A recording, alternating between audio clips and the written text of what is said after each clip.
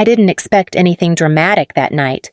I went because my mother said it would look better if I showed up, and because I had learned, over the years, that absence always carried more consequences than endurance. The Riverview Civic and Cultural Center was full of familiar faces, people who knew my last name long before they knew me. My father stood near the front, confident as always. Frank Russo didn't need a microphone to command attention. People leaned in when he spoke. They trusted him. I stayed a few steps back, nodding when required, quiet when expected. Then he said my name. Megan's always had trouble following through. He said, his voice calm, measured, public. Some people just aren't built for responsibility. The room didn't erupt. It didn't gasp. It did something worse. It went quiet.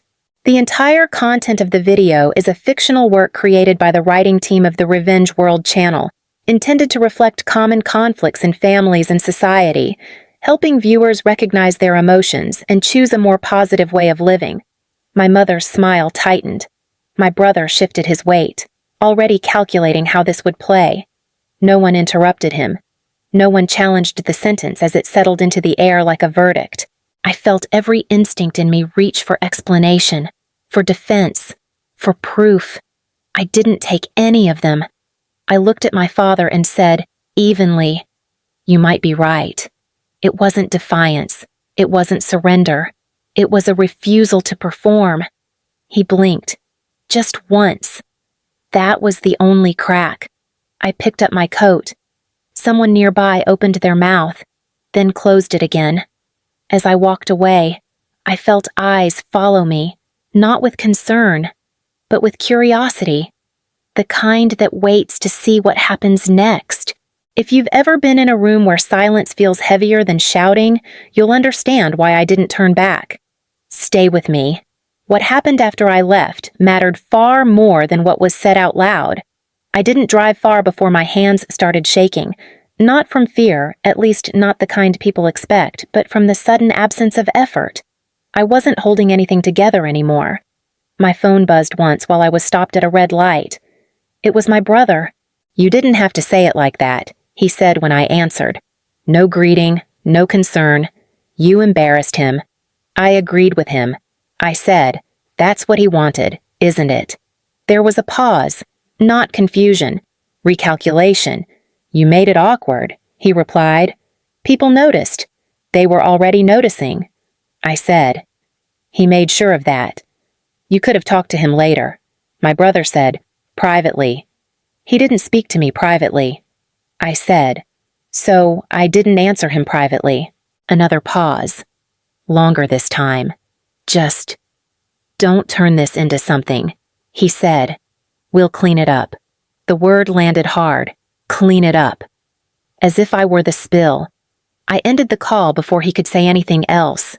When I put the phone down, the shaking stopped. In its place was something quieter, heavier. I didn't know yet what it would cost me.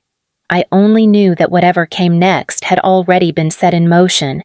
The email arrived 2 days later, just after noon. No greeting. No name at the bottom.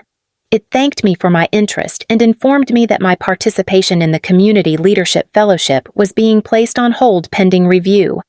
I read it 3 times before the words settled. 6 months. $4,200 a month. Work I had already begun preparing for. Meetings I had already attended. All paused without explanation. I called the program coordinator. She answered on the second ring. I wasn't expecting this. I said, "Is there an issue I should know about?" She hesitated. I could hear papers shifting. "It's not an issue," she said carefully. "Just concerns that were brought to our attention. Concerns about what another pause." This one practiced. "We're being cautious," she said. "You understand how these things are. I would understand better if I knew what I was responding to." I said. She lowered her voice, as if that made the conversation safer. There was a note added after the event. "It suggested you might not be in the best place right now. Who added it, I asked." "I can't discuss that." She said, "It wasn't framed as an accusation. More like context." Context. The word felt heavier than blame. So what happens next? I asked. We wait, she said, until things settle. After the call ended, I sat still, my phone in my hand. My father had always preferred patience over confrontation, waiting over arguing. This wasn't a reaction. It was a process, and it was already working. I didn't learn the full shape of it all at once. It came in fragments, offered carefully, as if the truth itself needed to be managed. My Aunt Joanne called that evening. She didn't ask how I was. She never did when something serious was coming. I thought you should know, she said, before this turns into something bigger. I waited. After you left the event, she continued, your father stayed. He spoke to 2 members of the foundation board. About me, I said. She exhaled slowly. Not the way you think. He didn't accuse you. He never does. What did he say? He said he was concerned. She replied, that you'd been under a lot of pressure lately, that he'd noticed patterns, that he wanted them to be aware, in case anything escalated. I pictured my father's voice. Calm. Reasonable. The voice people trusted with budgets and committees and decisions that affected other people's lives. He's been on that advisory council for over 12 years, Joanne added.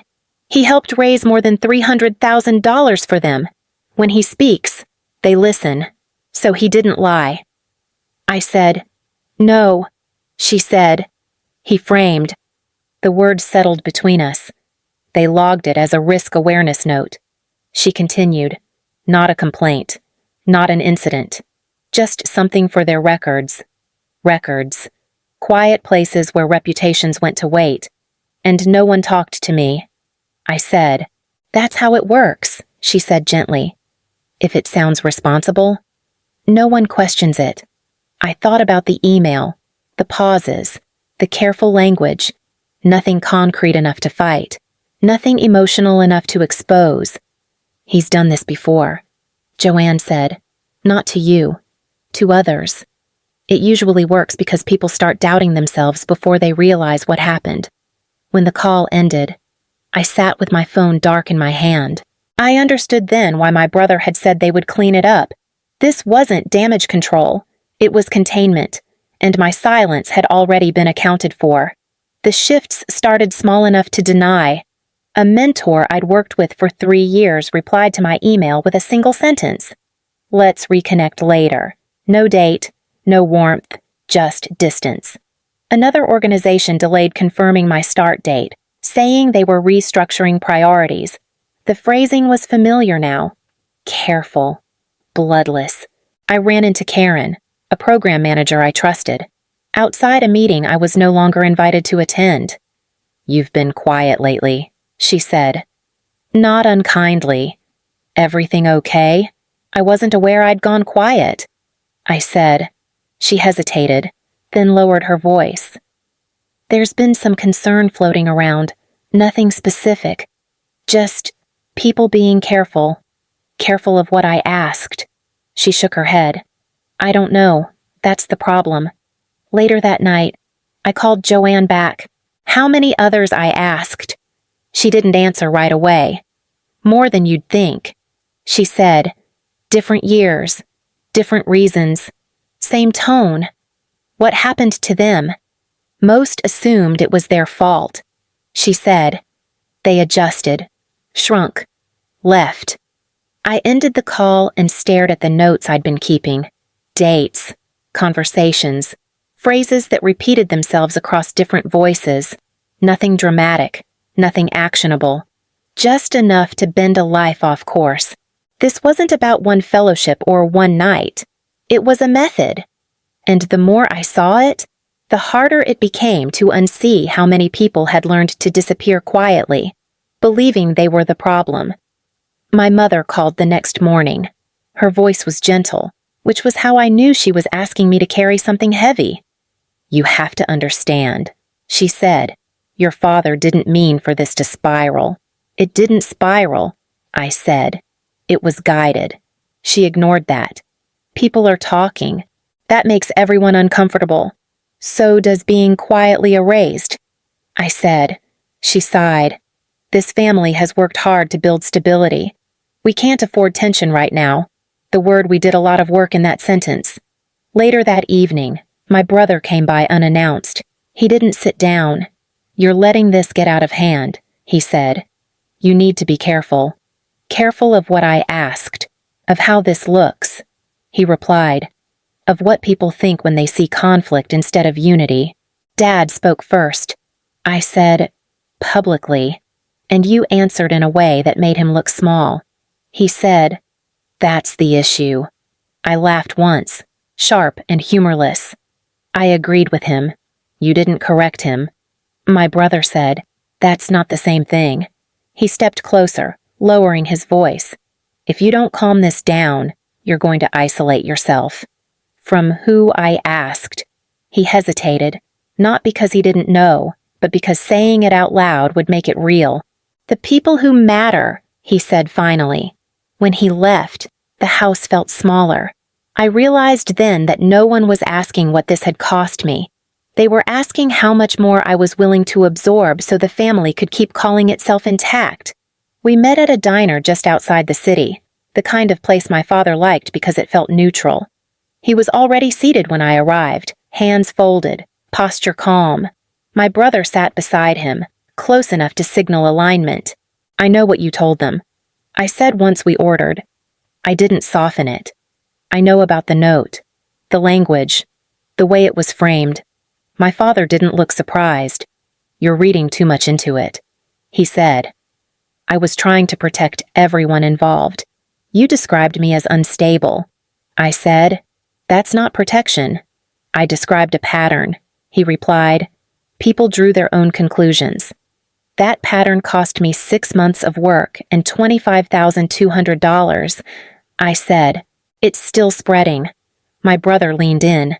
You're escalating this, he said.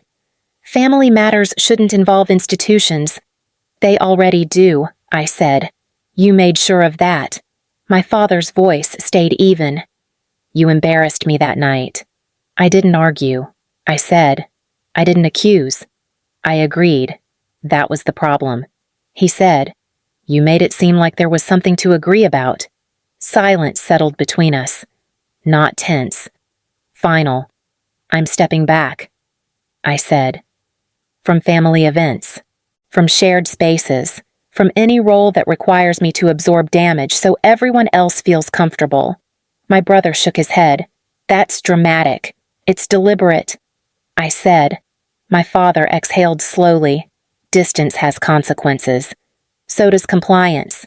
I said, I'm done negotiating my worth. No one raised their voice. No one reached across the table.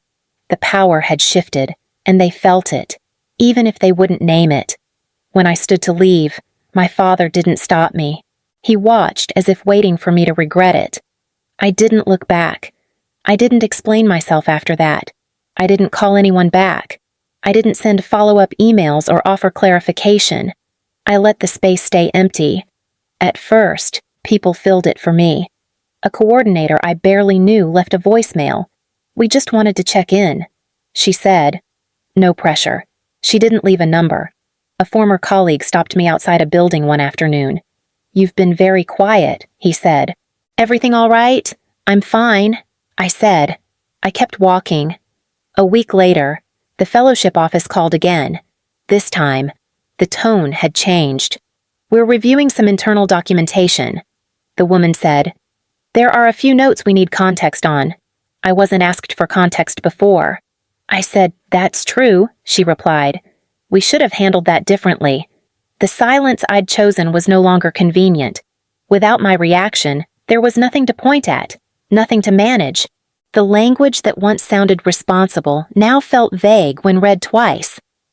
Then 3 times. Joanne told me later that questions were circulating quietly. Not accusations. Requests. Dates.